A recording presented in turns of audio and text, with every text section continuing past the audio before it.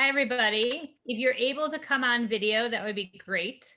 Because we're going to be talking about solicitation today, and it would be wonderful to be able to see your face. We're going to talk about the value of face-to-face or Zoom-to-Zoom solicitation. So if you can turn on your video, awesome. If you can't, no worries, but that would be the preference. I am excited to talk about this topic. I called Josh and Deb a couple months ago and said, I think we have to get back in the practice of asking. That we've had this crazy year where we are, have probably some of us have done a better job than we've ever done focusing on cultivation and stewardship and just staying in touch with our donors. I'm hoping that we're back at the point where we're really thinking about how we can utilize Zoom or I was just telling Josh, it's 86 degrees here in Chicago today.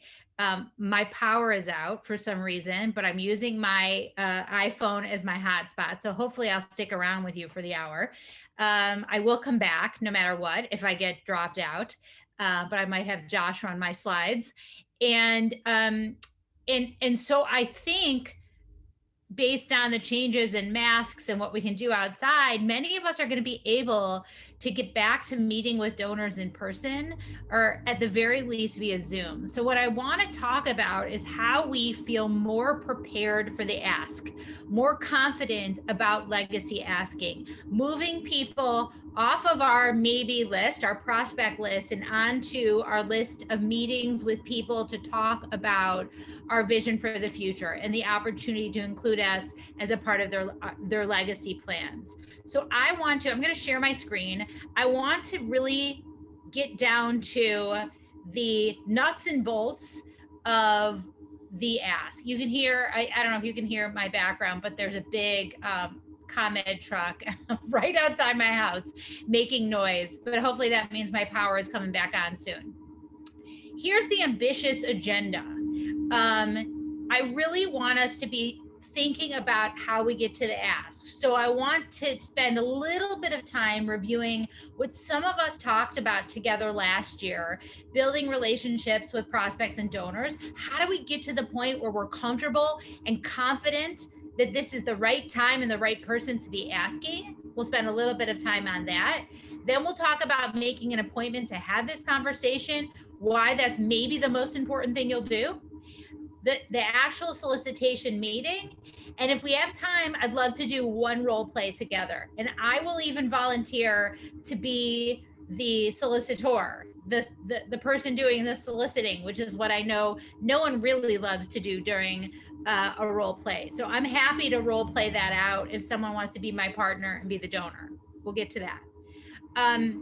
What I want us to start with, just to get our brains in this space, to begin thinking about readiness. How do we get more comfortable? How do we feel comfortable as solicitors? It's about readiness. It's about knowing that our prospect is ready. So I would like you, right this very minute, to think about one person on your list, one of the people who you think is ready or is nearing readiness, someone on your top legacy prospect list. I want you to write down on a piece of paper, on your laptop, on your phone, I don't care what, everything you know about one legacy prospect. What do you know about them? So if Amy Schiffman's on your list, right? Everything you know about me, everything you know about one legacy prospect. Write it down right now. Can be bullet points, can be a little narrative about them. What do you know about their likes, their dislikes, their family, who else they give to? What do you know?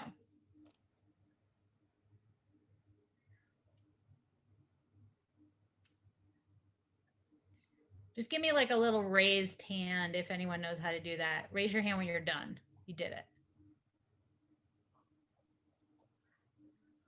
Josh, can you be your example of what it means to raise your hand on Zoom for anyone who doesn't know? Sure. Here we go. Okay.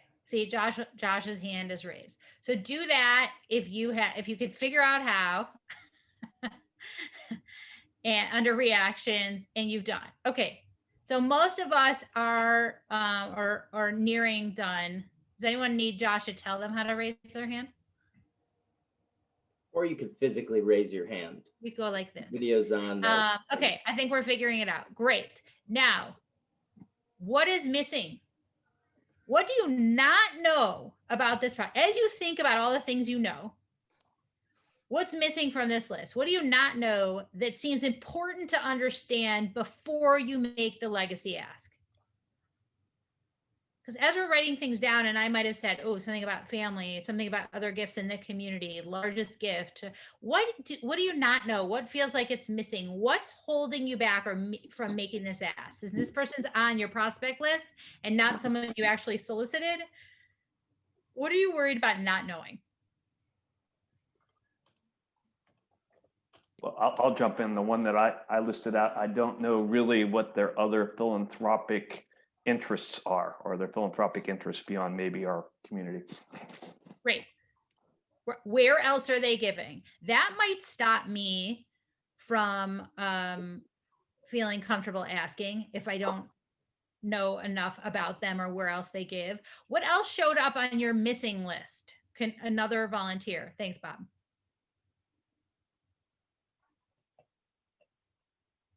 What else is missing? I don't actually know the amounts that they've been giving to the synagogue, and also where else they're giving, how much financial capability they have. Okay, so how much have they been giving? Again, where else are they giving? And maybe what's the largest gift they've given in the community, right? Because I always get nervous about over asking as a solicitor, like, oh, am I asking for too much? But I also get nervous about under asking. If they've made other legacy gifts or large capital gifts or large gifts, period, in the community, and I can establish a pattern, then I might not be nervous to ask them for 25 or 50 or 100,000, because that's sort of what they're giving around town. If I don't know that, it's hard to place my ask. One more volunteer. What else showed up on your I don't know, but I should know list for this person? What I didn't know about my prospect is what is their interest in the organization that I'm representing. Excellent question. Yes. What's their interest? What's their passion? What would motivate them to make a legacy gift to you? Why have they been involved all these years? So part of what, thank you for that. Part of what makes us confident askers, comfortable askers, is being able to answer a bunch of questions. And if I can't, and we're going to get to that, I'm going to show you all the questions, by the way, that you should be asking. If you can't answer many of the questions that I'm going to show you, it might be that we have not spent enough time developing a relationship with this person, and therefore we feel uncomfortable, and that discomfort is actually serving you well. Because if we don't know the answers to lots of questions about what they care about and where they've given whatever, and we don't frame the ask appropriately, it may, or we're not sure we are, it makes us uncomfortable and not confident about our ask, and it might make them uncomfortable. Like, where'd you come up with that number? Or why do you think I can do that? Or how do you not know what has connected me to this organization for all those years? So how do we find out the answer to those questions? How do we work on, right? We might have that prospect list established. We do an okay job of coming up with a prospect list. And last year we did a session on developing prospects. So where do we find them? That sort of thing. We've got to be what we don't do a great job of is this in between, the cultivation before the solicitation and the stewardship after the solicitation. So maybe they've been an annual donor. Maybe they've been giving to your organization or your congregation for years. How often have we touched base with them, related to them as a donor in between asks? Because we're about to solicit again for legacy. So what is it that we need to know? How do we get more comfortable linking their interests, right? I think what Scott just said, I don't know what's connected them to us. We need to be able to link their interests to the work we do in order to make a comfortable legacy ask. We have to be able to get the answer to that question. And I mentioned a list of questions. What I tell the clients and the professionals and board members that I coach is that if I put these 9 questions up and you had to answer them about the person that you wrote down on that list, your top prospect, if you can't get to 6 of these 9 answers, minimally 6 of the 9, I don't really blame you for not being comfortable asking, because you have more work to do before you start talking to this person about making a commitment to your legacy campaign. How do we find out the answers to these questions? Anyone? Ask people who know the person. Yes. Ask people who know the person. This is why I like decent sized development committees or legacy committees, because I like to have people in the room who know the people on the list and can help answer some of these questions. How else do we find out the answers to these questions?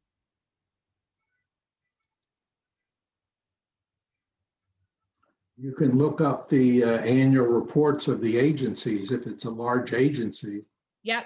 They will list their annual contributions to those agencies. Yeah.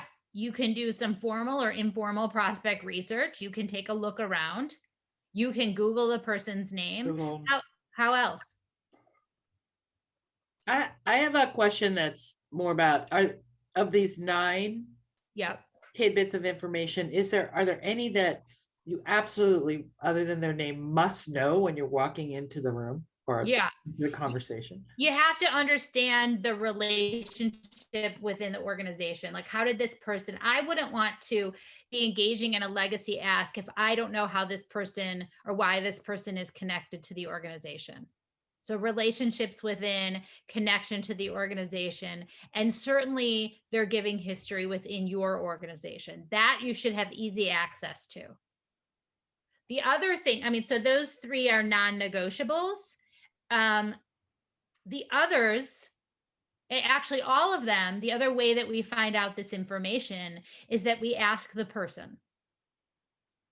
We ask these questions. So if I'm doing the things that we talk about with regard to cultivation, I'm asking this person for coffee, I'm touching base with them in between asks, I'm stewarding or cultivating that relationship, then I can say, you know what, you've been outside of a solicitation. This is not soliciting, that we're having coffee, or you've invited them to, we're reopening the facility. You're asking them to come in and see what's going on with a mask on, whatever it is. So an opportunity to touch base with these people. And I might say, tell me about I know you're so active in the community. You have so many volunteer roles. Tell me what you're doing right now. I just said that to a donor. I'm on the board of my congregation and we're preparing for an ask. I'm also soliciting, I'm on the committee for my summer camp.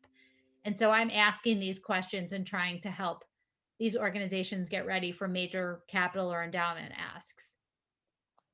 Tell me what you're up to lately. What are you doing aside from work, right? What else is going on? Then I know where else they're involved.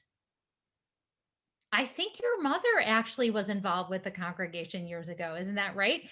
Getting to family history. Who's involved? How? These are all questions that we can ask, or we should ask, either to someone who knows this person or directly to this person before we have the conversation. Because if I know all the answers to these questions and I can check all 3 of these boxes, when I'm getting ready for especially a legacy ask, I need to be able to check all 3 of these boxes, not 2 out of 3.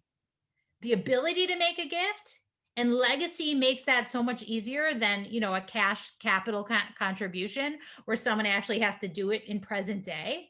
Do they have ability to do something? Make a planned gift? Most people do, even if it's a percentage of their estate. Do they believe in the mission? They feel strongly about Jewish education or the congregation or about Hillel or about the work we do at the JCC, whatever it is.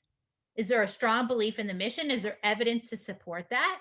And third, I told you the non-negotiable is a connection with or within your organization. Because 2 out of 3 doesn't cut it.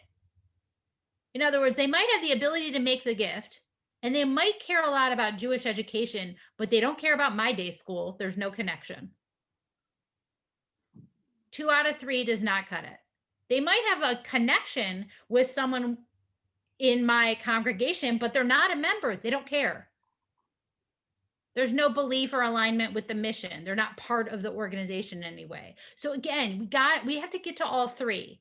When I know that all 3 of these things are true, and I have evidence to support that, details, information, then I am a comfortable asker. Not only am I comfortable, I'm excited. I love the opportunity to connect someone's philanthropic goals, right? To talk to them about what they want to do with their philanthropy, what impact they want to make, what legacy they want to leave to the community.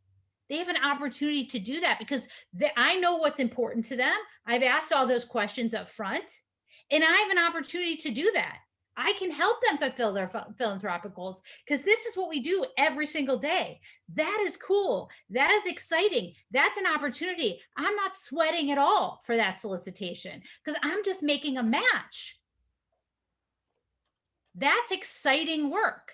It's when we don't know the answers to those questions that we get nervous, that we get worried. And when we get nervous and we get worried, we do not solicit because something is holding us back. We start coming up, we start projecting onto this person. Well, maybe it's a bad time because of the pandemic or COVID, or maybe it's a bad time because it's summer and everybody's away in summer, or it's fall and it's the Jewish holidays and everyone's busy. Like we'll come up with a million, reasons why this isn't going to work out. It's too much money, that this person's, has a family member who was sick recently or we can come up with a million roadblocks. That's about us, not them. If I have asked all the questions, if I have done a good job stewarding this relationship, and I can answer, like I said, at least 6 of the 9, then I feel totally differently. I feel like I'm offering someone an opportunity, like I said, to fulfill their philanthropic goals. People who are making 25 or 36 or maybe even $100 gifts may not have lofty philanthropic goals. They might just be making the gift because you ask, right? When my friends ask me to support them in their, cause charity run, that's not a passion for me. No. That's not my, can everyone mute if they're not speaking or asking a question? Can you just make sure you're muted? Thank you. If someone asks me as a favor, I'm happy to do that. $25, you're running in whatever a-thon is happening this summer. But if someone's asking me to make a legacy gift and really think about my estate plans and, again, the legacy that I want to leave to this community, then I probably got some philanthropic goals that I want to talk about. There's something I want to achieve. There's something to tap into there. It's a meaningful conversation. And I think of myself, the solicitor, as the person who opens that door. I don't control the answer to the question. I ask someone if they want to have that conversation and to consider a gift to our legacy effort, and they get to make that decision. Do they walk through the door or don't they? And if the answer is no, I really do think about it this way. It wasn't meant to be, or it's not the right time, or I wasn't the right person to ask. But it's really no skin off my back because there's someone else who does. This is the right opportunity for someone on your list. So I don't spend a lot of time feeling bad about it or blaming myself. Truthfully, there's very little you can do to screw this up. Very little you can do to screw this up. So if you're worried about you're getting in your own way. It's about them. It's about opening that door to the opportunity. I love doing that. I love giving someone an opportunity to pursue or meet their philanthropic goals, to think about making that match. That feels great to me. So I'm secretly thinking I'm sort of doing you a favor, right? I'm making this match. I'm opening this door. I feel really good about my gift, and you have an opportunity to feel really good about yours. People feel good when they feel needed, when they feel like there's a connection for them in the community. It's not a negative experience, it's a positive experience. So I love being the door opener. But I only ask when I know all three of these things are true, because then I'm not nervous. I really do approach this as an opportunity to make that special connection. So what I'm asking you to do as we prepare to talk about your role in solicitation is to get out of your own way, to stop thinking you have more control than you do, because you don't. You're the door opener. You give someone an opportunity to pursue their philanthropic goals. And in this case, to leave a really a meaningful, lasting legacy to the community.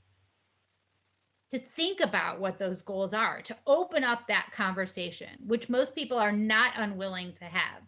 So we have to think about what role we play as door opener and not create roadblocks or barriers to that experience because we're nervous, because we're uncomfortable, because we think talking about money is uncomfortable. Do not project your own fears onto the donor.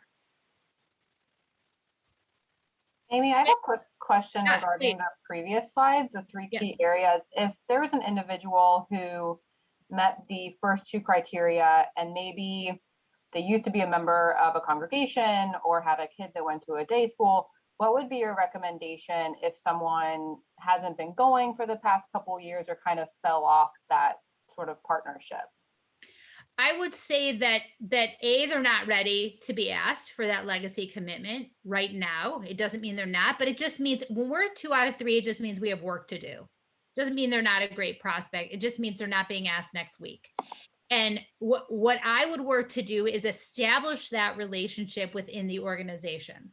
So who can I connect them to? Is there someone on my board that can reconnect this person because their kids have been out of the school for a while? Is there a committee that I can ask that person to sit on? Is there a piece of advice I want to ask of that person to re-engage them? Here's what we're thinking of doing. We're looking at expanding. I know you work in real estate. Can we have a conversation? Like, is there some way to re-engage them and get them excited about the work that you're doing? Because if there's no connection with or within, you're just not going to be a philanthropic priority for them right now. So the goal is, that means we have more cultivation or stewardship work to do. Awesome, thanks. That reminds me, I'm just going to say quickly, a previous colleague of mine once said, if you ask for money, you'll get advice. If you ask for advice, you'll get the money. Yeah. And most of the time that's really true. Okay, so I want to get us to appointment making, but again, I want to just acknowledge that most of the time, you know, when I talk to organizations, they say, "Oh, we're really having a hard time kicking off our legacy campaign. It's, you know, not going that well." And I say, "So are you getting a lot of no's? You're asking people and they're getting..." Well, no, we're not getting no's. We're just not getting the meetings. Oh, so you're asking for the appointment and people are saying no to the meeting. No, we're not. We're not asking for the appointments. We're just, you know, we're having a time getting to that. It's about getting over yourself. People, if we have the information about people, if we've established the relationships, if we can answer the questions, A, B, and C are true. And if someone says yes to the appointment, we're 90% of the way there. We're technically 80% of the way there, because 80% of the time, if we get the appointment, we will walk away with a gift or a commitment. 80% of the time. Because if we're honest with people about why we're coming to talk to them, then they've thought about it beforehand. Someone who's absolutely not open to a legacy commitment isn't going to have a meeting with you about legacy giving 80% of the time. So that's why I focus first and foremost about getting the appointment. This is not something, while you might, you know, renew that $100 annual campaign commitment over the phone, you know, a quick, like, maybe we don't need an appointment for that. For a legacy conversation, especially if we're working to move people from letter of intent or declaration of intent to confirmation of commitment, if we're working on that portion of your list, this is not a conversation that we're going to have in 5 minutes on the phone. So we are really looking to have a meeting, either face-to-face or Zoom. if people are still being careful and want to do social distancing. I really think either one works, and lots of people are having successful conversations via Zoom about major gifts, including legacy and cash endowment. So the goal here is to get the meeting, because if you get the meeting, you're 80% of the way there. And what I would recommend, and this sounds so simple, is calling your best prospects first. And what I mean by that is someone who you know will say yes, someone who you know. So, what we are really working now that we're sort of back in action and we're looking to build up our endowment, we all realize how important that endowment is.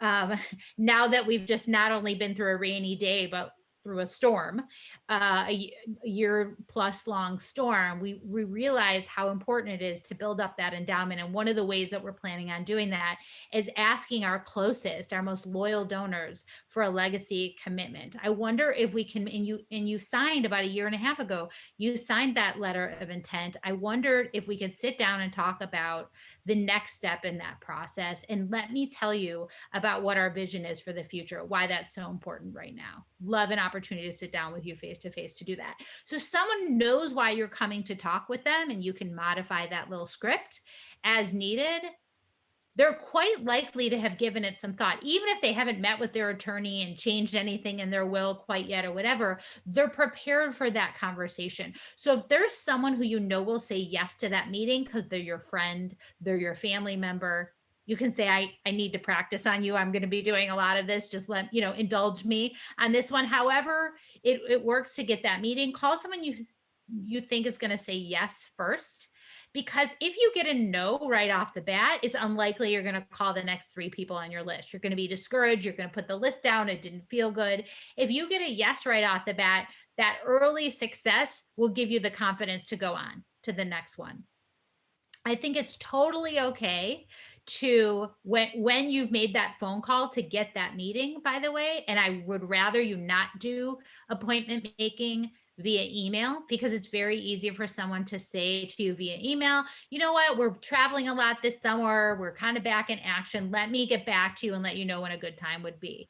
It's hard to cut off the cutoff. In other words, it's hard to avoid that via email. If someone writes that to you, it's hard for you to say, wait, but hold on, but isn't there a date we can put on the calendar? When I'm on the phone with someone who says that, I could say, I absolutely understand that. Let's put a date on the calendar for August when we're sort of both back in town. At least we'll have that date on the calendar. If we need to change it, we can. I can react a little bit more quickly and in the moment and pursue the meeting and get as specific as possible on the phone, but email or text can shut that down pretty quickly.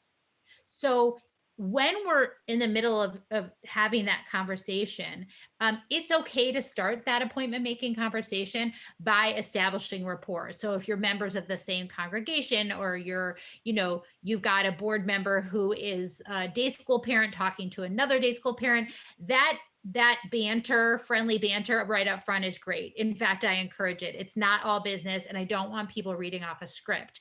But I do at some point want you to mention putting your organizational hat on. And the reason I'm calling today is, and this is what we're doing, so that creating interest is, what we're opening back up, or here are our plans for the fall, for the summer.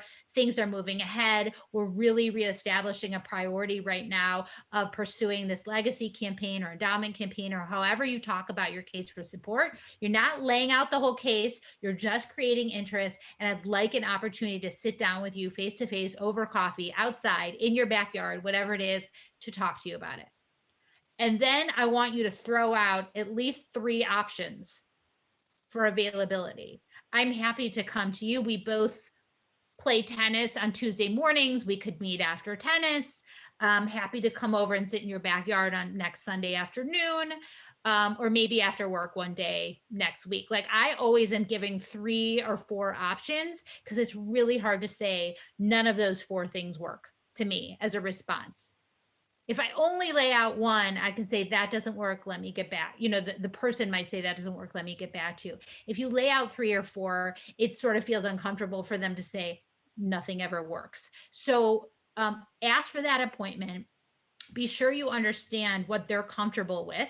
in terms of face-to-face, in person, Zoom formatting options. I always say, we've got to, if someone wants to meet via electronically is not comfortable meeting in person, then we want to be sure that we know that they have Zoom downloaded on their computer. That has been a problem for some of my clients, right? Are we talking about FaceTime? Are we talking about Zoom? I had a client that actually went over and installed Zoom on one of their donors' computers because they couldn't figure it out. And that's how important it was in a mask safely to go over there, help them do it, to be able to have those conversations with people at the organization and do regular check-ins.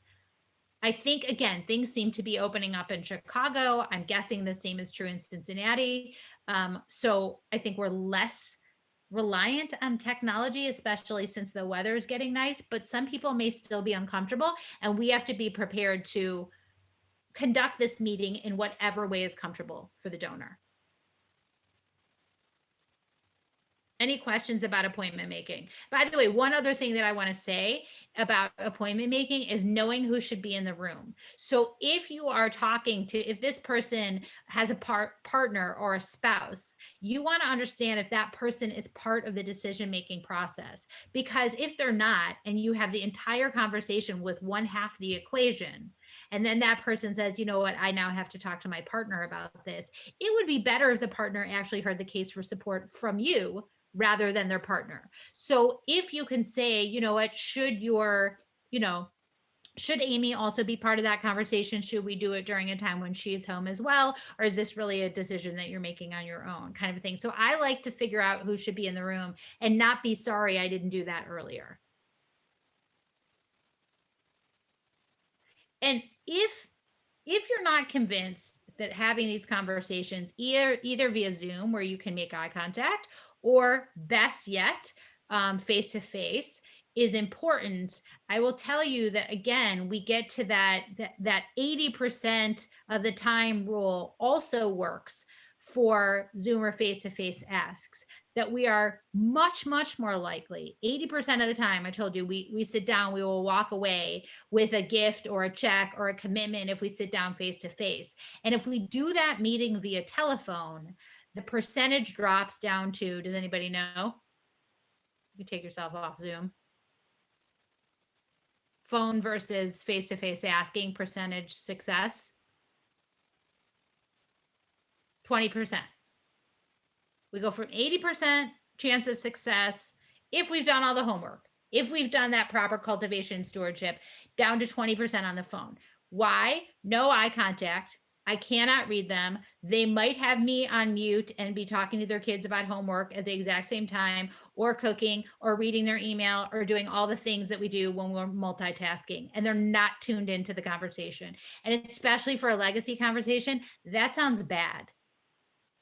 So we want to be sure, if possible, please have these conversations either eyeball to eyeball on a screen or face to face outside, whatever you feel comfortable with, because the chance of success and that engagement and talking about what for some people can be a really meaningful emotional conversation when we're talking about legacy that we want to leave to the community or to a particular organization. So I encourage you to do as many of these conversations eyeball to eyeball as possible.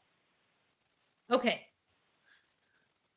Let's actually talk about the mechanics of the ask. It took us 30 minutes to get here, by the way, because if you can't get over those emotional hurdles, and if you cannot make the appointment, this part doesn't matter. Okay, the mechanics of it, because if you can get over your own emotional hurdles about asking, and you can get the appointment, I can coach anybody on the ask. Like I said, that's the easy part. The harder part is actually getting that meeting. So once we've accomplished those two things, getting over ourselves and our fear of asking, and actually got the appointment, the ask tends to flow. And if I have to break down the ask into 4 phases, here's how I would break it down. Please don't come back to me in a month and tell me that, phase 3 didn't go as I, laid out on this slide, because it's not an exact science, but this is how generally these conversations break down. The first phase of a conversation, just like that appointment making on the telephone, is about the opening. So it is about reestablishing rapport. This can be schmoozy. This can be conversational. You can talk about the role that you play. Are you you know who you are? Are you a professional? Are you a volunteer? If you're a volunteer, why are you doing this?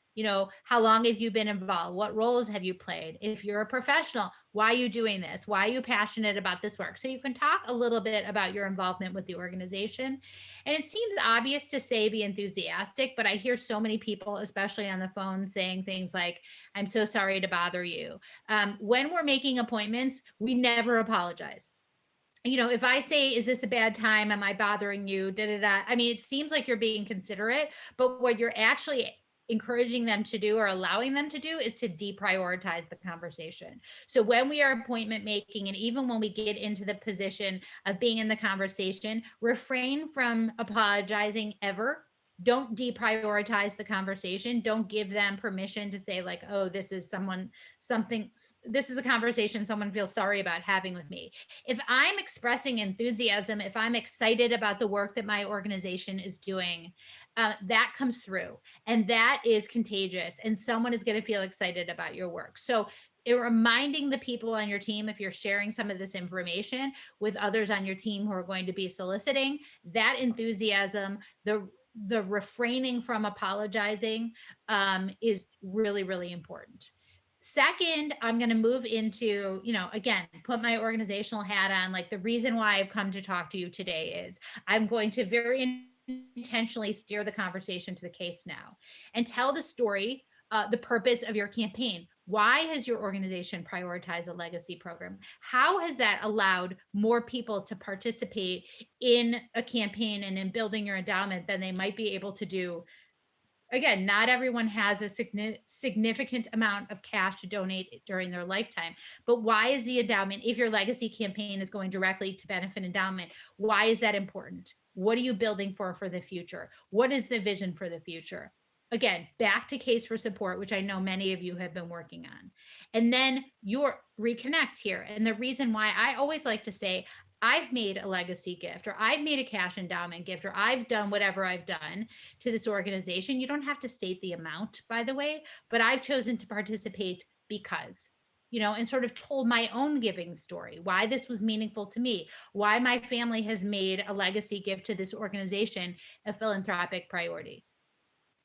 And then I want to do phase 3. I want to do less talking. So that Hamilton, song that says, what are the words? Talk less, smile more. That's the phase of this conversation where we're in, where you're going to do less of the talking and you're going to ask open-ended questions. So encourage this person to, again, here's where, if I don't know, you have been a donor to this organization for 25 years. I think I know why, but I would love to hear you talk more about why you've been a member or you've been a donor for all of these years. You want to get them talking and respond to the case. What's most important to you? I really, again, if this is someone who signed a letter of commitment, I would get them talking about why they signed that letter of commitment and tap back into what motivated them to think about being a part of this campaign or this legacy effort. So this is the point at which, again, you're asking open-ended questions, you're listening carefully. I almost always pick up a really important tidbit or piece of information during this phase that I use for the ask. So someone might mention their parents and how their parents sort of and their parents' values and priorities and how that impacted, especially if I'm asking questions that relate to the kind of legacy that they're hoping to leave to the community, or what they hope for this community, the Jewish community of Cincinnati, 3 generations from now. What do they hope will be true? If we can get into that conversation, which is a meaningful conversation for a lot of people who've dedicated their lives to building Jewish community in Cincinnati, that gets to be a meaningful conversation. And they will inevitably say something that I think you can pick up on, like, oh, this is your mother loved Jewish music, or your parents did this or that, or really prioritized family Shabbat in the home. And then I connect that to the work that we're doing. I make those connections for them. I pick something up. Or maybe I think that they'd like to make a gift in honor or memory of their parents. And I explain that that's something that they can do through the legacy program. So listen carefully, answer questions, and address any objections that someone might have at this point in the conversation. Phase 4 is the ask in closing. Here's where I summarize what I just said. This is really important to summarize the conversation prior to the ask, so I really appreciate you listening to everything we're working to achieve right now. We're so excited to be opening the program back up for programming this summer and fall. And again, we've decided to prioritize the growth of the endowment, not only to benefit programming that happens today. That's what's exciting about an endowment, is we get to benefit from it on a day-to-day basis, but also plan for sustainability in the future. And that's why I'm asking you to consider moving to a confirmation of commitment, or to take that step to including us in your will for a $100,000 gift to the organization. So I want to summarize what I just said and then ask for whatever gift or commitment. I'm using $100,000 because that's what's in my case study in a minute. But I want to sort of wrap that up and then ask very specifically for what I came there to ask for. And maybe I adjust the amount or the nature of the ask based on what I just heard. I might say in honor of your parents, in memory of your parents, naming a scholarship fund in honor of your parents. That's where that really active listening comes in handy. And then we let them pause and consider. You notice that I used the word consider. I'm asking you to consider a gift of, or doing the following. We have to give them a minute to actually do that. So after I put out that statement, that ask, that consider statement, I'm never the next person to talk. I'm never the next person to talk after I say that line. Why? Because I start negotiating with myself. I have a hard time. I asked you to have this conversation face to face.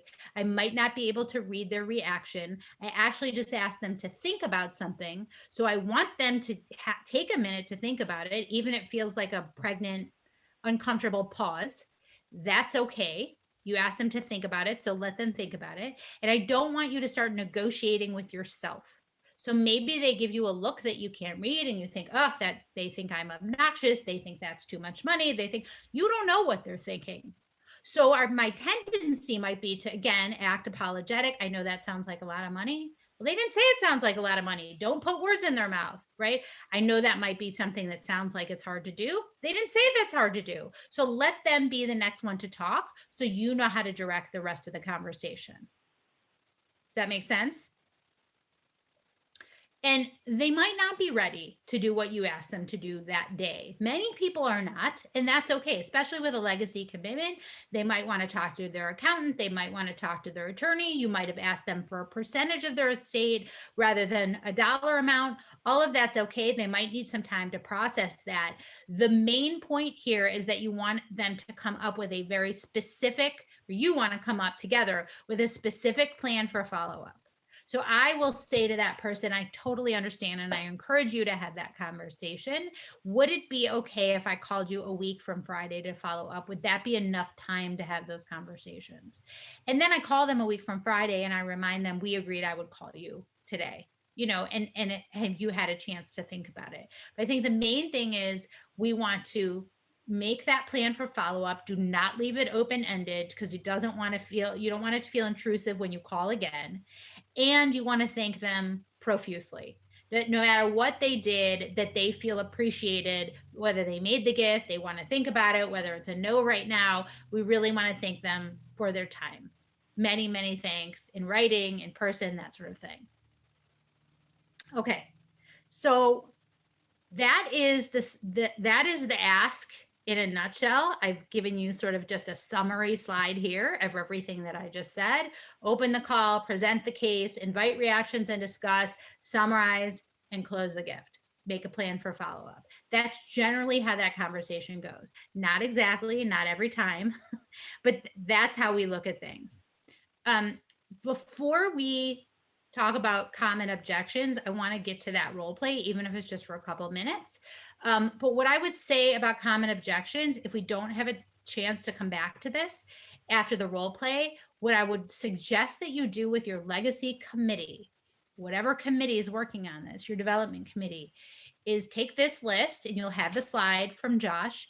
Take this list or come up with your own list and respond to each of these as a committee. Write out the responses so that anyone who's making calls or having these meetings has a list with answers, and they can just review. We don't want them reading from a script during a meeting, but it's nice to be able to give this to a committee or a committee member and say, here are all the things we anticipate being asked during these conversations. We don't even have to call them common objections. We could call them FAQs, whatever you want to call them. But it's nice to be able to anticipate these responses and then have a sample reply ready for someone. So if someone said, I have not made my estate plans yet, what do you want your committee member to say?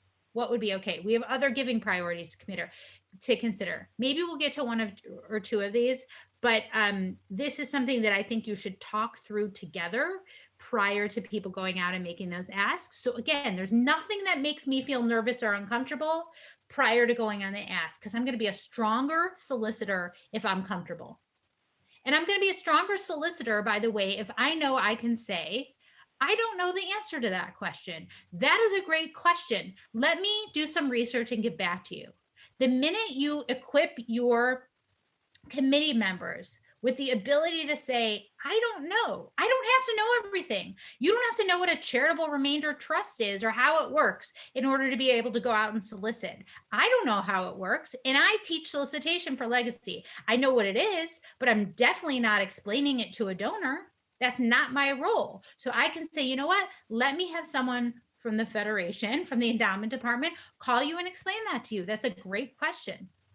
We don't need to know all the answers to have these kinds of conversations.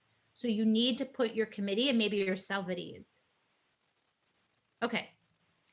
Let's do one case study. And then if we have time, we will get to a couple of common objections. I'm going to read this, and then I'm just going to ask someone to volunteer to be the donor. I think that's the easier role, although who knows. So and if we had more time, like we did 2 hours, then I would certainly push you to be the solicitor, but I'm happy to role play this with you. And then what I hope you'll do with this is I hope you will take this and customize it back with your committee. So 2 pieces of suggested homework after this session. One is go through that list of common objections together with your committee and write out the answers so they have a little cheat sheet and they're not nervous. 2, customize a case study or a role play. You can use mine, you can make one up and do it together as a committee. Just practice 2 people asking in front of the rest of the committee so that people can just hear the words said and we get comfortable and we think, oh, that's not that bad. That's okay. We can have that conversation. That wasn't terrible. So what I would suggest is you take this, you customize it for you. Okay. So I used Hillel as an example in this role play. So you're meeting via Zoom with longtime donor Charles. So I'm gonna be executive director. I'm meeting with Charles, who is a Hillel alum. He served on the Hillel board in the 90s. He's passionate about Hillel's work, devoted to student needs, cares about Israel, Jewish war veterans, supports his synagogue.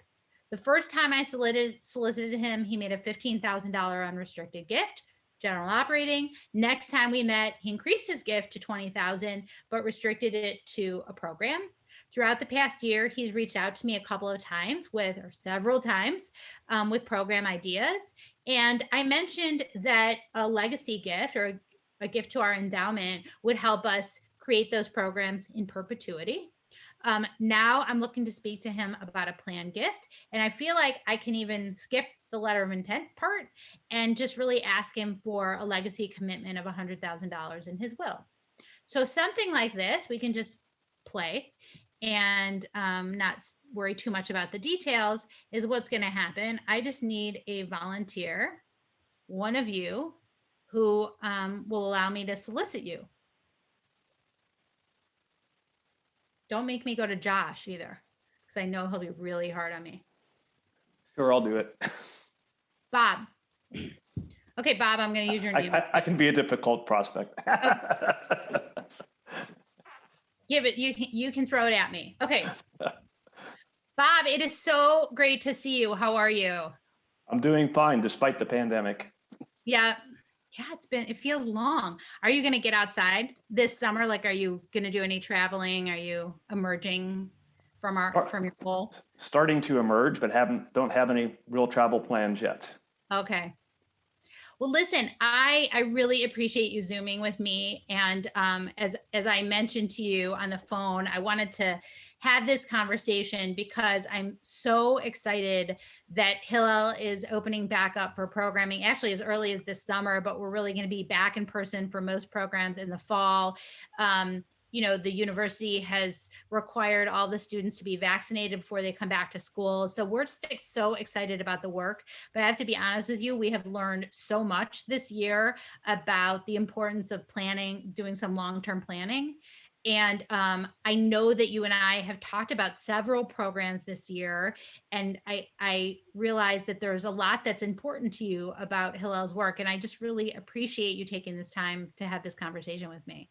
Hey, I'm glad to hear it's opening back up. That's really exciting. So exciting. So one of the programs that that you and I talked about this year, because you love leadership development, and so do we, is that we're establishing the student leadership cohort. We're setting them up with internships in the community. And one of our objectives for this year, we've been talking with board members a lot about this, is establishing an endowment for student leadership development programming. And one of the ways that our friends, our supporters, our stakeholders can help us reach those goals and really put together sort of a permanent fund for this is a legacy gift to the endowment fund. And I wondered if we could just have a conversation about your participation in our legacy program. I'm very interested in supporting Hillel, but I'd like to learn a lot more about the endowment fund and how it will be used and what you're trying to raise. That's a great question. And truthfully, our goal is a long-term goal. We see this as a long haul. I mean, we're looking to raise at least $10 million over the course of the next 5 years to support this kind of work and lots of the other programming that we do. And the great thing about the endowment, by the way, is that it is a fund that is there in perpetuity. The board cannot decide to use it as a reserve. It cannot invade the principal on the fund. It's always going to be there. So any gift that is made via legacy or cash gift to the endowment is really untouchable. We just benefit from the interest that is generated off the principal. So it's a way that a gift supports Hillel today with that interest and helps us throw off some funds that we can use immediately and also for the future. And we all know, given what just happened with COVID, that it's so important to plan for the future, and that gift will be a gift that you will have made in perpetuity. Amy, as you know, I've given a couple of relatively significant gifts to support programs. I think maybe I'd like to continue doing that versus investing in an endowment. Could you explain to me why it makes sense for me to change my approach in this? Yeah, I actually don't want you to change a thing.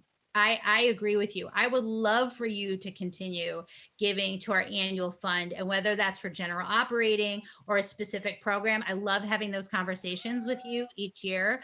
What I'm actually asking you to do, or asking you to consider, is a gift of plan gift of $100,000, a gift that you would make in your will, which I hope will not impact the gifts that you are making today on an annual basis, but will benefit us as part of your estate plan. Is that something you think you could consider? It feels like a bit much. Is it possible, for instance, to give a little less, or to maybe designate a percentage of my estate, since I have the estate futures? Really, I don't know what it's going to look like, and I do want to leave some for my family. Absolutely. And even a gift of 1 or 2% of your estate, Bob, would be an amazing gift.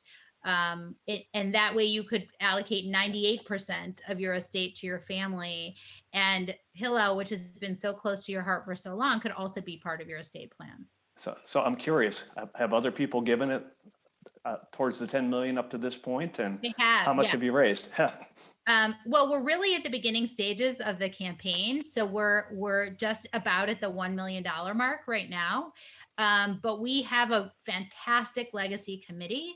And we are thinking of this as a long-term effort, that you're always looking to raise money for your endowment. And that's something that many of us are working on. We have a list of about 25 people that we're going to approach for gifts like this. And we are very optimistic. That's really helpful. I would need to go back and talk to my wife and obviously our state attorney for something like this. What would be kind of the next steps and how much time do I have to kind of think about this with my family? No pressure at all. I wonder if, right now we're, middle end of May. I wonder if I could give you a call maybe around June 15th that week and check back in with you and see if you have any additional questions. Would that be okay? Yes, and that'll help us really think about the short-term giving to Hillel and trying to balance that out against an endowment gift. Excellent. Thank you so much, Bob. I really appreciate the conversation and your ongoing support. Thank you. Thanks for calling me. Sure. And considering. Good job, Bob. We have 2 minutes left. So can I get 1 or 2 reactions to, how did that feel for you? I would say one thing I would have jumped on is a lot of confusion between an annual check payment and an endowment gift. Okay.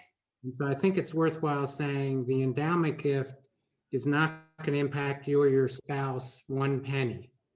What we're looking at is when both of you are gone and you look at the responsibilities for your family, whether there's anything left over that you could afford to give.